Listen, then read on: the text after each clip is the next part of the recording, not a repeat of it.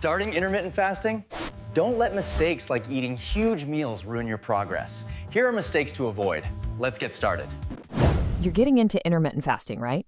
It's a powerful tool for your health, and tons of people are giving it a try. But what if you're making some classic beginner mistakes without even knowing it? Today, we're going to break down 5 common pitfalls, based on Dr. Eric Berg's advice, that could be seriously holding you back. Okay, let's just jump right in. Intermittent fasting, or IF, is super popular, but wow, it is surprisingly easy to get wrong. Just a few simple mistakes can completely derail your progress, sometimes before you even feel like you've gotten started.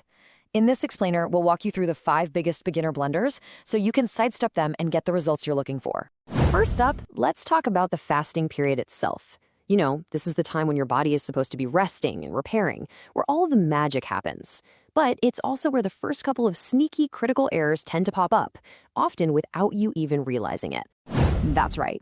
Even if you have the best intentions, certain supplements you think are healthy, and even some really popular diet plans can stop the benefits of fasting dead in their tracks. Let's take a look at what they are. So here are the 2 main culprits when it comes to that fasting window. On one side, we've got these hidden fast breakers, like certain supplements. On the other, we have a diet plan that seems like fasting, but just isn't consistent enough to really work. The 5-2 method. Both of these can prevent you from reaching a really key metabolic state. And that state we're talking about? It's ketosis. This is what we're aiming for. It's that sweet spot where your body flips a switch and starts burning its own fat for fuel instead of sugar. The first 2 mistakes we're covering directly interfere with your body's ability to get into and stay in this amazing fat-burning mode.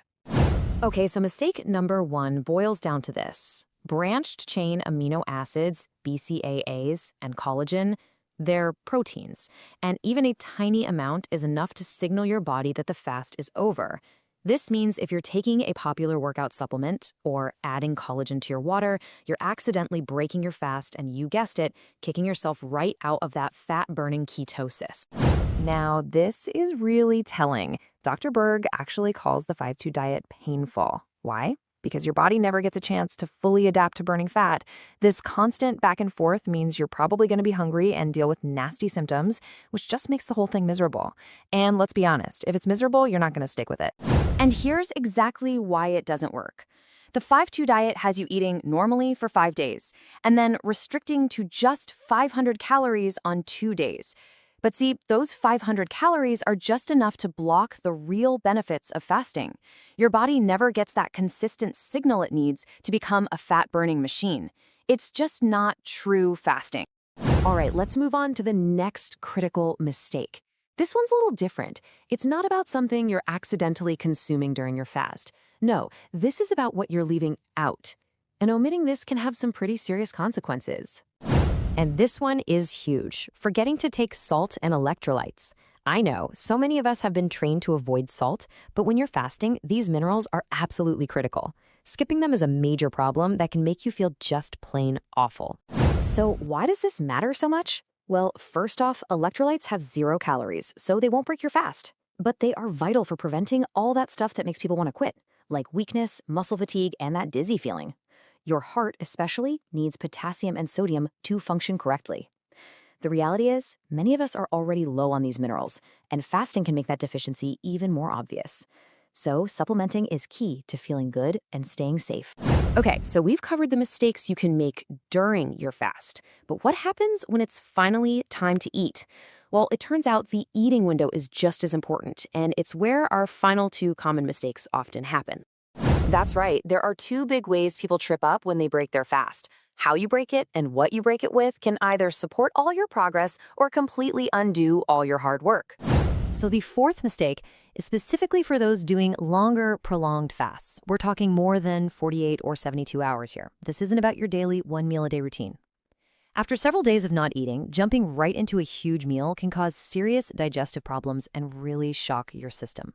So, how should you do it? The key is to ease back in. Your body hasn't needed to produce digestive enzymes for days, so you need to give it a chance to ramp back up. Start with a small, healthy meal. Then, just wait. Give your system some time to adapt, and then you can have your next meal a little later. Just no humongous feasts right out of the gate.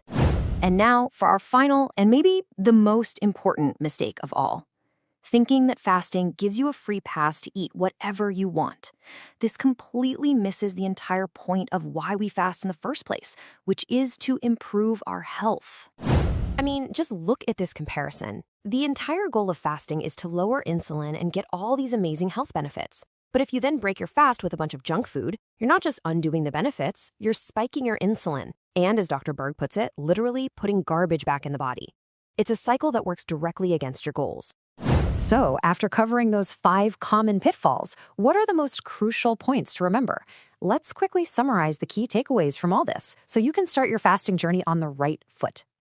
Here it is, your checklist for success. 1. No protein supplements during your fast. 2. Skip the inconsistent 5-2 diet. 3. Always include salt and electrolytes. 4. Ease back into eating after a long fast. And 5. Make sure the food you do eat is healthy and actually supports your goals. And that really brings us to the final question for you to think about. You now know the common pitfalls that can sabotage your fasting. So take a look at your own routine. Is the food you eat in your eating window truly supporting the incredible work you're doing while you fast? It's something essential to consider on your health journey. Thanks for watching. Thanks for watching. Remember to combine healthy keto with your fasting for the best results. Click the notification bell and subscribe for more.